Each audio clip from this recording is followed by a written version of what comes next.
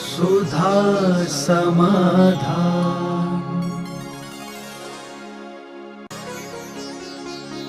नमोस्तु गुरुदेव। द्विदल किसे कहते हैं और हम इसे कैसे पहचानें? के संबंध में जो अनाज स्वतः ही दो दल वाले होते हैं, जिसे अपन दालें कहते हैं, मटर कहते हैं, चना कहते हैं, ये दो दल जिनमें होते हैं वे अनाज दो दल में आते हैं। अनाज धना दो दल वाला होता है वो नहीं आएगा। ये काष्ठ दो दल कहलाते हैं। एक तिल दो दल कहलाते हैं, मूंगफली जैसे दो दल हो जाता है लेकिन वो तिल कहलाते हैं। तो तेल को काष्ठ को छोड़ करके जो अनाज के दो दल सहज रूप में हो जाते हैं उनको दो दल बोलते हैं। काटने पर तो गेहूं के भी हो जाएंगे लेकिन गेहूं सहज रूप में नहीं होंगे, वो नेचुरल रूप से छिलका उतारते ही उसके दो भाग हो जाए। ऐसा अनाज दही के साथ कच्चा पक्का कैसा भी खाने पर दो दल का दोष आता है। नमोस्तु गुरुदेव। छोटे बच्चों को खाना खिलाते समय क्या महिलाओं को मोबाइल देना चाहिए?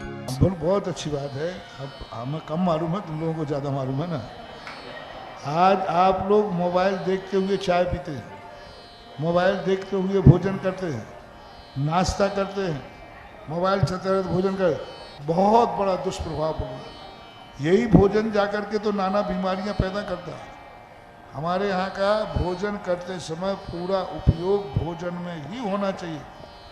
यहाँ तक शास्त्रों में कहा भोजन करते समय मौन से भोजन करना चाहिए। मौन से करने का अर्थ क्या था? यही था कि तुम्हारा कंसंट्रेशन भोजन पे होना चाहिए, और जब भोजन को उपयोग पूर्वक खाओगे तो आप टीवी देख रहे हैं और खाने से तो कोई मतलब ही नहीं है, वो तो कचरा घर में जा रहा है बस। वो पूरा उपयोग तो आपका टीवी पे लगा हुआ। तो भोजन करते समय परिवार में हर व्यक्ति को, मैं तो कहता हूँ सोते समय मोबाइल बंद मत करो, और किसी में भोजन करते समय सबके घरों में नियम होना चाहिए, ना हम फोन अटेंड करेंगे ना हम फोन करेंगे। उस समय टीवी बंद रहेगा, माँ भोजन है तो भोजन ही करें। बहुत विकृतियों से बचें। नमोस्तु गुरुदेव। हम ऐसा क्या करें कि कार्य करते समय हमें झूठ नहीं बोलना पड़े? तू जिसका पोता है वो दादा को तो धंधा ही उसका ऐसा है कि बिना झूठ बोले वकील चल ही नहीं सकता। अब तुम अपने दादा से पूछ लेना कि दादाजी ये क्या करूं मैं, क्योंकि हम वकील के पोते हैं, और वकील तो देखो सब मालूम है क्या होता है। और फिर पापा भी वकील भी है, तो दादा वकील हो गए और पापा वकील हो गए। अब तू कहाँ तक बचेगा बेटा? करना चाहिए झूठ से बचने का। नमोस्तु गुरुदेव। विदेह क्षेत्र में 20 तीर्थंकर हमेशा विद्यमान रहते हैं, तो क्या उन तीर्थंकरों के साथ वहाँ 4 परमेष्ठी भी होते हैं? 4-5 परमेष्ठी होते हैं। आचार्य, उपाध्याय, साधु सब 5 परमेष्ठी होते हैं। जी ठीक। नमोस्तु गुरुदेव। धार्मिक क्रियाओं में सौभाग्यवती स्त्रियों का महत्व होता है, लेकिन जिनके बेटियां होती हैं तो क्या वह सौभाग्यवती स्त्रियां नहीं होती हैं? यदि कोई कर रहा है तो वो गलत कर रहा है। लड़का वाला हो, कोई आए, जिनके लड़के ही लड़के हों वो आए, ये सब चीज़ें ऐसा कोई मायना नहीं है। सौभाग्यवती का अर्थ मात्र विवाह से संबंध रखता है।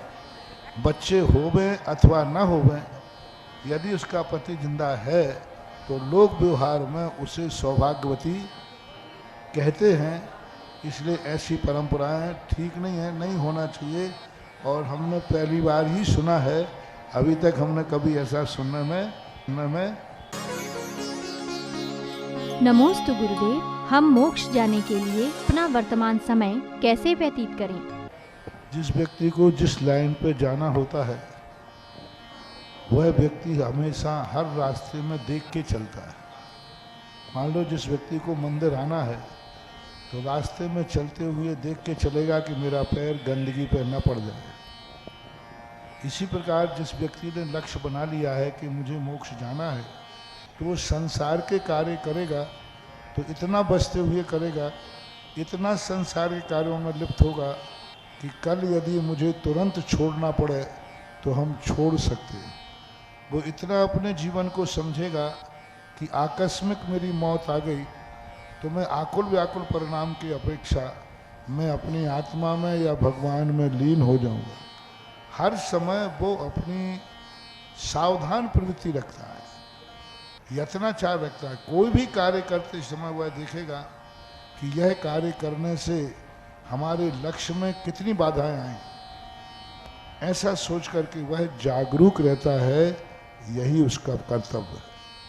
परिस्थितियाँ कोई चीज नहीं होती है, परिस्थितियाँ हम बनाते हैं, हमें ही निपटाना है।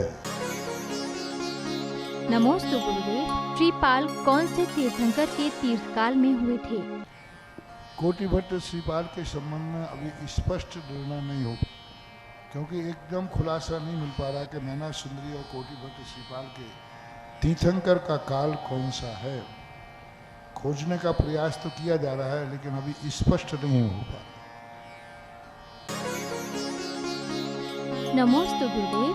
गर्भ और जन्म के संस्कारों का जीवन में क्या महत्व है? सभी संस्कार तो जन्म के गर्भ में आने के पहले भी जरूरी है। पंचकल्याणक महोत्सव में आपने देखा होगा, तीर्थंकर की माँ को गर्भ में जीव आने के 6 महीने पहले से संस्कारित किया जाता है।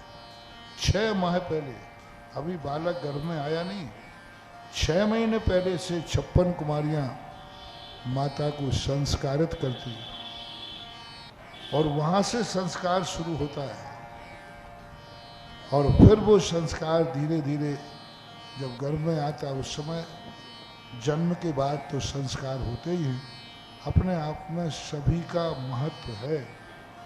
कारण यदि शुद्ध नहीं होगा तो कार्य कैसे शुद्ध होगा। इसलिए पहले, सबसे पहले तो दोनों दंपति को संस्कारित होना चाहिए, और दोनों संस्कारित होंगे तो बच्चे को संस्कार दे पाएंगे।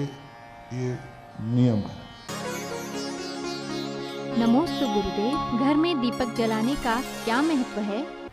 दीपक सगुन के लिए जला सकते हो, कोई अनुष्ठान के लिए नहीं। 2 प्रकार के दीपक, एक तो शुभ मंगल के लिए सुबह शाम दीपक जला ले, किसी पर्पस के लिए नहीं जला सकते। जैसे तुम कहो कि हम ये कार्य करना है, मंगल के लिए जलाओ तो कोई बाधा नहीं। नमोस्तु गुरुदेव। हमारे घर में कीड़े मकोड़े बहुत हैं जिनको भगाने में हिंसा होती है, तो ऐसी स्थिति में हमें क्या करना चाहिए? तो उनको भगाने से उनको हिंसा, तुम भग जाओ, थोड़ी देर बाद वो भग जाएंगे। और नहीं भगना है तो उनको अच्छे कोमल पर झाड़ू से, फूल झाड़ू से, रूमाल से उनको उस स्थान से अलग करके और उनको अच्छे स्थान पर रख देना चाहिए। नमोस्तु गुरुदेव। जैन समाज के व्यक्तियों को संस्कारित करने के लिए नगरों में शिविरों का आयोजन किया जाता है, तो हम अपनी धर्म प्रभावना को कैसे अग्रसर करें? 2 प्रकार की क्रांति होती है, एक वैचारिक क्रांति और एक आचार परक क्रांति। जैन दर्शन कहता है पहले सत्य को पाना नहीं है, सत्य को समझना है। जितना हम जानते हैं उतना ही हम कर पाएंगे, ऐसा कोई नियम नहीं है। हमें जानना सब कुछ है, लेकिन करना उतनी है जितना हम कर सकते हैं। 100% ज्ञान होने से हम 100% क्रिया में आ जाएगा, सो बात नहीं। जैसे जैन दर्शन ने सबसे पहले चारित्र नहीं कहा, सम्यक दर्शन कहा, सम्यक ज्ञान कहा। तुम सत्य को जानो, सत्य को समझो। तो इन शिविरों के माध्यम से हमारा ये पर्पस नहीं है कि तुम चारित्र धारण करो, हमारा पर्पस ये है कि तुम सत्य को समझो, सत्य को जान जाओ कि सत्य क्या है, वस्तु स्वरूप क्या है। और अभी ये श्रमण संस्कृति संस्थान सांगानेर से जगह जगह शिविर लगा रहे हैं और हमारे स्नातक बंधु इतनी मेहनत कर रहे हैं। और अब तो मुझे बहुत खुशी होने लगी है कि संस्थान से जिस स्नातक को जिस कार्य सौंपा जाए वो अपना सौभाग्य मान के करता है और कहता है कि मेरे अवभाग्य हैं कि संस्थान ने कार्य दिया। अभी अब बच्चे भार नहीं मानते, अभी सौभाग्य मानते हैं कि हमें गर्मी की छुट्टियों में शिविर लगाने के लिए संस्थान ने मुझे प्रेरित किया, संयोजक बनाया। बॉम्बे जैसे शहर में ये बच्चे वहाँ पर रहते हैं और वहाँ पर पाठशालाएँ चला रहे हैं, 12 वर्षीय कोर्स चला रहे हैं। और बॉम्बे जैसे शहर में अभी जो शिविर लगाने का भाव किया है। और बॉम्बे में यदि एक व्यक्ति शिविर में आता है तो बुंदेलखंड के 100 शिविरार्थियों के बराबर होता है। यहाँ के 100 शिविरार्थी और वहाँ का एक शिविरार्थी, यदि 100 शिविरार्थी शिविर क्लास में पढ़ रहे हैं बॉम्बे में, तो समझ लेना चाहिए महुआ के 1000 शिविरार्थी हैं। 1000 शिविरार्थी और वहाँ 100, वो ज़्यादा प्रशंसनीय है यहाँ 1000 की अपेक्षा। क्यों? तुम्हारे यहाँ तो साधु संतों का आवागमन होता रहता है, तुम्हारे यहाँ अभी वो भौतिकता नहीं है। लेकिन बॉम्बे में तो साधु संतों का पहुँचना मुश्किल है, वहाँ का वातावरण विपरीत है, भौतिक चकाचौंध है। और उस चकाचौंध में भी विद्यार्थी शिविर में धर्म की बात पढ़ने आ जाए, समझ लेना धर्म में दम है या उस व्यक्ति में दम है कि वो बॉम्बे जैसे शहर में। इसलिए बड़े शहरों के अंदर जहाँ भी हमारे स्नातक हैं उन सबसे मेरा कहना है, आप संख्या पे मत जाएं, आप इस पे जाएं कि हमने बॉम्बे जैसे शहर में शिविर लगाने का साहस किया और भौतिक चकाचौंध की तरफ बढ़ने वालों को हमने कम से कम 24 भगवान के नाम सिखा दिए, नमोकार मंत्र का अर्थ सिखा दिया, 6 ढाला पढ़ा दिया, तत्वार सूत्र पढ़ा दिया। तो ये बहुत बड़ी उपलब्धि है, क्योंकि वहाँ पर सबसे ज़्यादा भ्रष्ट होने के चांस हैं।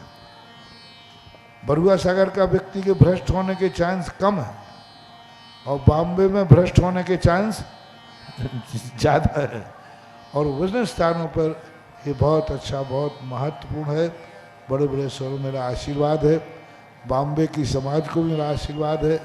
आप ज़्यादा समय नहीं दे सकते हैं तो ऐसे शिविरों के माध्यम से कम जितना ज्ञान मिलता है उतना ज्ञान लेने का प्रयास करो। शिविर से स्वयं पर ये शिविर एक प्रदर्शनी के समान होते। जैसे आप लोग प्रदर्शनी लगाते ना, तो प्रदर्शनी में माल बेचते नहीं हो, माल को डिस्प्ले करते हो कि हमारे यहाँ ये माल है, ये माल है। इसी प्रकार शिविरों में धर्म के ज्ञान को डिस्प्ले करना है और उससे यदि इनको पसंद आ गया तो फिर 12 वर्षीय कोर्स को शामिल कर लेना है। उनसे कहो कि आगे आपको पढ़ना है तो 12 वर्षीय कोर्स पढ़िए, निरंतर आपको ज्ञान होता रहेगा। उन सबको आशीर्वाद, संयोजकों को, कार्यकर्ताओं को बहुत अच्छा। नमोस्तु गुरुदेव। गृहस्थ जीवन में और व्यापारिक क्षेत्रों में हम अपने दोषों को छिपाकर दूसरों की निंदा करते हैं, तो इसमें हमें कौन सा दोष लगेगा? कहाँ तक सही है? नीच गोत्र का कारण है। जो दूसरों की निंदा करता है और अपने दोषों को छुपाता है, उसे हमारे शास्त्रों में नीच गोत्र का बंध का कारण है। परात्म निंदा प्रशंसे सद्गुणोच्छादनोद भावई नीचई गोत्रस्य। तो नीच गोत्र का, जिनको नीच बनना है, नीच गोत्र में जन्म लेना है, वे दूसरों के ये दोष देखते रहते हैं, दूसरों के छिद्रान्वेषी होते हैं, उनका पतन हो जाता है। यही कारण है। नमोस्तु गुरुदेव। तीर्थ क्षेत्रों में होने वाले भगवान के जलाभिषेक को क्या हम अपने घर ला सकते हैं? 20 घंटे तक की मर्यादा है। गंधोदक को आपका प्राशक होने से 24 घंटे तक ही मर्यादित है। उसके बाद गंधोदक नहीं रखना चाहिए। नमोस्तु गुरुदेव, समर्पण का क्या अर्थ होता है? समर्पण का अर्थ एक ही होता है, अपने आप के सब कुछ उसके सामने समर्पित कर देना जो हमसे अधिक गुणवान है। वो जैसा हम उनको आज्ञा देता है वैसा पालन करना, वो जैसा हमारे मन को सोचने को कहता है वैसा देखें। हम अपने जीवन को जिसके अनुसार चलाना चाहते हैं उसके अनुसार चलाने का जब मन बना लेते हैं उसको समर्पण बोलते हैं। नमोस्तु गुरुदेव, मंदिर में प्रतिमा का स्वतः ही अभिषेक होने लगता है और छत्र हिलने लगता है, तो उस समय हमें क्या करना चाहिए? तो इस समय अपन कह नहीं सकते कि वो स्थिति क्या है, लेकिन अतिशय भी हो सकते हैं। कभी कभी देवता विचरण करते हैं और किसी मूर्ति के प्रति उनका श्रद्धा भाव होता है, तो वो कोई ऐसी संकेत दे जाते हैं, ऐसी घटना घटा देते हैं जिससे उस प्रतिमा की महिमा और बढ़ जाए। ऐसा भी हो सकता है और भी कारण हो सकता है। अच्छा बढ़िया, देखो भगवान की महिमा देखो, और क्या अपन तो यही कहेंगे। नमोस्तु गुरुदेव, हम अपनी आत्मा की साधना कैसे करें? आत्मा की साधना का अर्थ होता है कि मेरी आत्मा जन्म के पहले भी थी और जन्म के बाद भी रहेगी, ऐसा पहला सिद्धांत करना चाहिए। पहला अपना दृढ़ सिद्धांत करना चाहिए। दूसरा, हमारी आत्मा स्वयं शक्तिमान है, फिर हम पर पदार्थों की तरफ क्यों जा रहे हैं? स्वावलंबी होने का भाव आना, यही आत्मा की सबसे बड़ी साधना है। नमोस्तु गुरुदेव, कोटि श्रीपाल मोक्षगामी महापुरुष थे, तो उन्हें इतने कष्ट क्यों सहन करने पड़े थे? कष्ट सहन करने के लिए मोक्ष से क्या मतलब? अतीत में जो कर्म किया है उसका चुकाव तो करना ही पड़ेगा, इन्हें सी बिना मोक्ष नहीं मिलने वाला है। जितने कर्म उन्होंने किए हैं उन कर्मों को जब तक पूर्ण फल नहीं ग्रहण करेंगे तब तक मोक्ष नहीं मिलने वाला। इसलिए उन्होंने खोटा कर्म किया था, इसलिए उनका फल मिला, भले वो तद्भव मोक्षगामी है। मोक्षगामी होने से अतीत का किया हुआ कृत्य माफ नहीं हो जाता। यदि ऐसा हो जाए तो कोई किसी का मर्डर करके मुनि बन जाए, अरे भाई अब तो मुनि बन गया ठीक है, अरे पहले जो किया उसका फल तो भोगो। तो ये है कर्म की स्थितियां मानना चाहिए। सुधा समाधान।